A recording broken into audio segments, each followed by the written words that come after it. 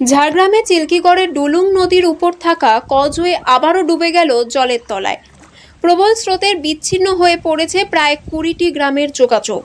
School, বাজার, হাসপাতাল সবই যেন এখন দূরের স্বপ্ন।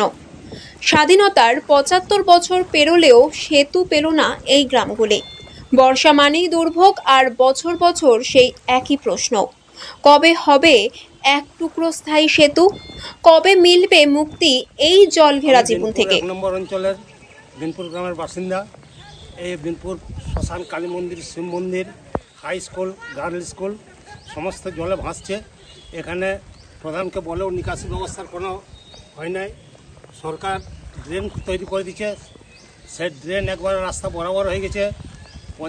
এখানে যে প্রধান, সে কোনো কিছু হস্তক্ষেপ করছেন না। এই অবস্থায় মানে পড়াশোনার ছেলেমেয়েদের আসার অসুবিধা, মন্দির টন্দিরে পুজো টুজো দেওয়ার অসুবিধা। এই যে পুরো দেখুন, গার্ল স্কুল থেকে high school, Belpari, Jhargram Belpari road, হ্যাঁ, শিব মন্দির, আমি দাঁড়িয়ে আছি মন্দিরের পাশে। হ্যাঁ, এই হচ্ছে এর পজিশন। তার যাতে এই নিকাশি ব্যবস্থা সুব্যবস্থা করা হয়, তার জন্য আবেদন জানাই। হচ্ছে আমাদের জামবনির সাইডে এবং চিল্কিগড় হসপিটাল আছে, আমাদের যোগাযোগ সম্পূর্ণই বিচ্ছিন্ন হয়ে যায়।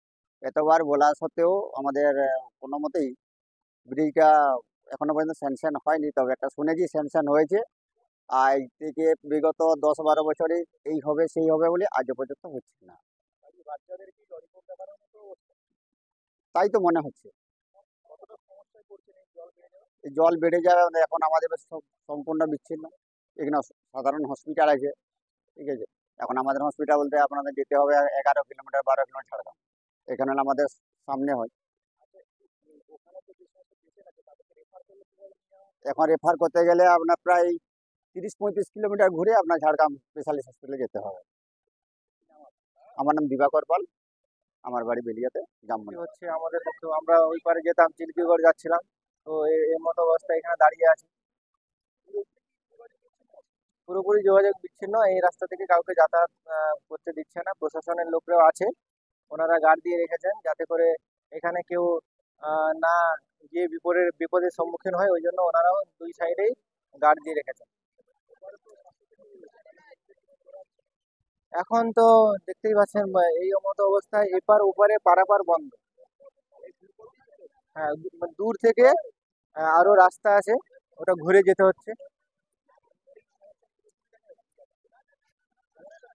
সমস্যা পুরোটা বলতে এইখান থেকে ধরুন, এখান থেকে কেউ যদি যায় ওই পারে, তাকে ঘুরে যেতে হচ্ছে। যদি এটা 2 মিনিট সময় লাগতো, তাকে আধ ঘন্টা 1 ঘন্টা ঘুরে ঘুরে বাইপাস হয়ে যেতে হচ্ছে।